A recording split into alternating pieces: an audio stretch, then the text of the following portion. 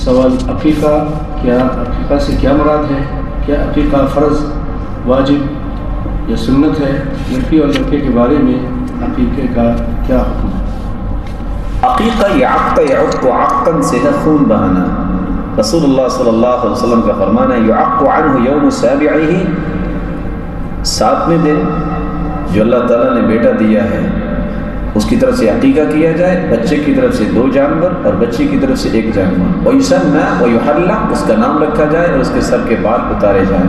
ویتصدق، اور جتنے بال ہوں اس کے مطابق صدقہ بھی دینا چاہیے. تو یہ سنت ہے. 7ویں دن نہیں کر سکتا تو 14ویں دن کر لے، اگر 14ویں دن نہیں کر سکتا تو 21ویں دن کر لے. اور تینوں باتیں صحیح الجامع کی روایت میں موجود ہیں. اگر پھر بھی طاقت نہیں تو پھر زندگی میں جب بھی چاہے کر سکتا ہے. حدیث اور سنت میں کیا فرق ہے؟ حدیث کا مطلب ہے بات اور سنت کا مطلب ہے طریقہ. دونوں میں کوئی فرق نہیں ہے. بازار میں دستیاب کیمیکل ملے ہوئے رنگ سر اور داڑھی کے بالوں کو لگایا جا سکتا ہے؟ رسول اللہ صلی اللہ علیہ وآلہ وسلم نے فرمایا، صحیح الجامع کی روایت ہے، ایسی قوم آئے گی قیامت کے نزدیک جو رنگ کرے گی کیسے کہ حواصل الحمام، جیسے کبوتر کا پیٹ ہوتا ہے. لا یریحون رائحۃ الجنہ، وہ جنت کی خوشبو بھی نہیں پائیں گے.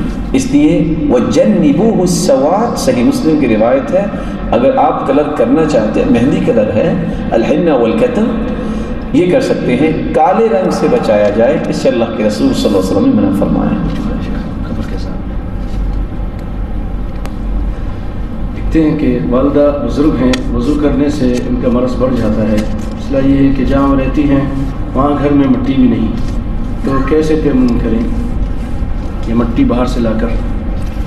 تیمم جو ہے یہ تو مٹی کے ساتھ ہی ہوگا، تو مٹی کا بندوبست کر لیا جائے. اگر بیماری کے اس طرح خطرہ ہے تو پھر تیمم کر کے نماز پڑھنا ان کے لیے گنجائش موجود ہے. رسول اللہ صلی اللہ علیہ وآلہ وسلم نے اس بات کو بیان کیا ہے.